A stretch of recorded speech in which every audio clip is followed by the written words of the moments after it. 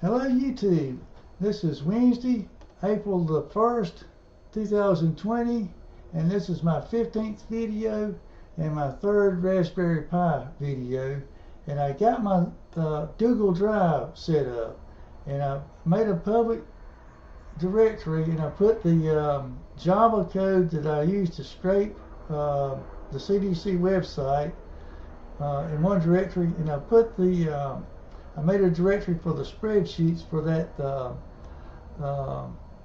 simple model for the susceptible, infected, and recovered differential equation simple model.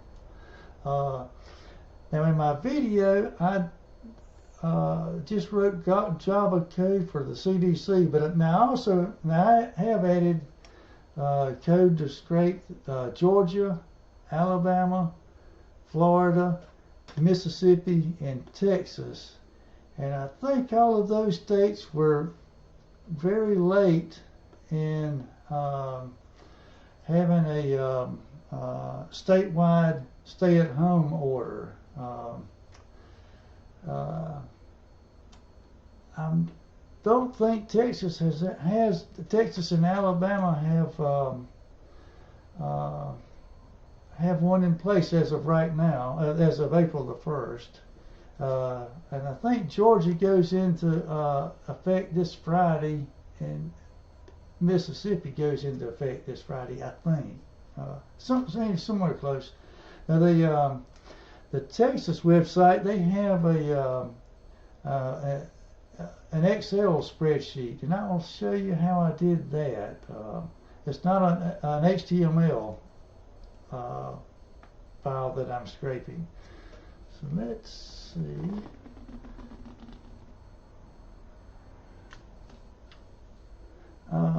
Let's see here.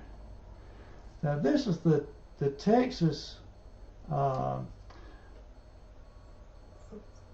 Java files that I wrote, and also now I did write a simple script file.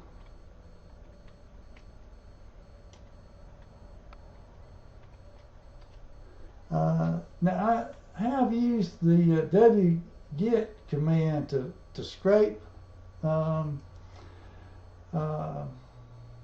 websites. That's you can usually use that. It's very simple to use. But I built on this to save that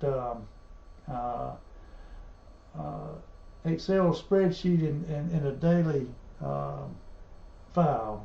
And I'll show you what that. Let's see. So if I were to type get Texas, and we should see it. Oops, should pop up over here. There it is. But if I ran that every day, it would just get written over. Let's see. Oops. Let me open that.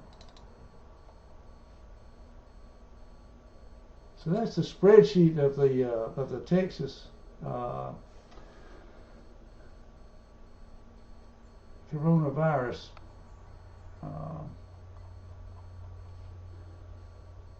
cases. Let's see. That didn't have a date up here. Yeah, for April the 1st at 10 a.m. Okay. So let me close this.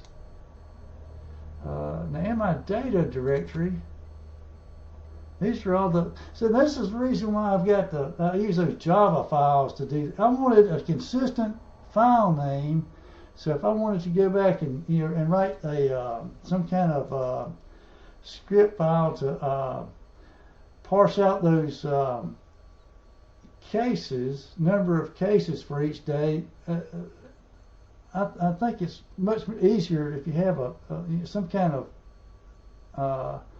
method in your file names. Like there's Georgia Department of Health, Mississippi Department of Health. Let's see here. And here's that Texas. When I'm that it has an Excel file extension on there instead of, and not the HTML there. And I'll show you what it looks like. Let me get back here and just open that up with that text editor.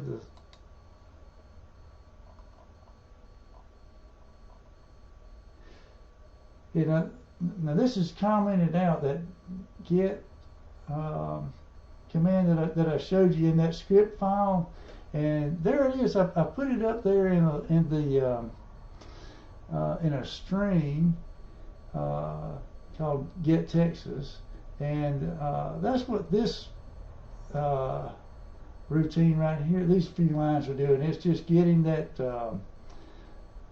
calling the that command, and it waits for it to complete. Then it moves that file, that Excel file, over to the file name. Let's see, it should be up here, I believe. Let's see. Yeah, there's a kind of a consistent file name, except that just has a Excel extension right there. So that's a little bit different from that simple Java program that I wrote. Now let's see, and I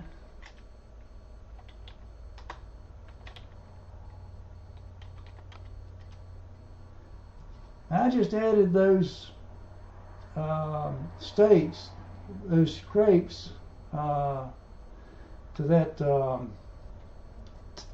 cron job that I set up. Now, if I were to do this more robustly, I would have a separate cron job for each state, so that if one state fails, it doesn't make all the rest of the state fails.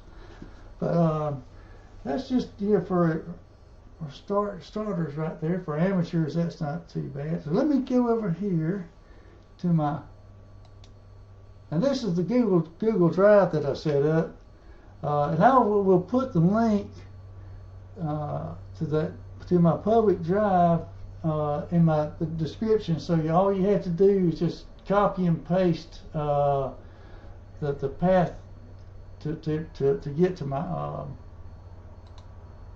code. Here's all my code, and I think I've got a data. Yeah, there's my data files. Now I only put the CDC files in my data public data directory, because that's U.S. government files, and that has no copyright. Now I'm not sure about the state copyright, so I did not put the state counts in my public file there. And here's my spreadsheets that I did for that simple model. So anyway, I've got that set up in case anybody wants to retrieve the code and play with that. But all right, thank you.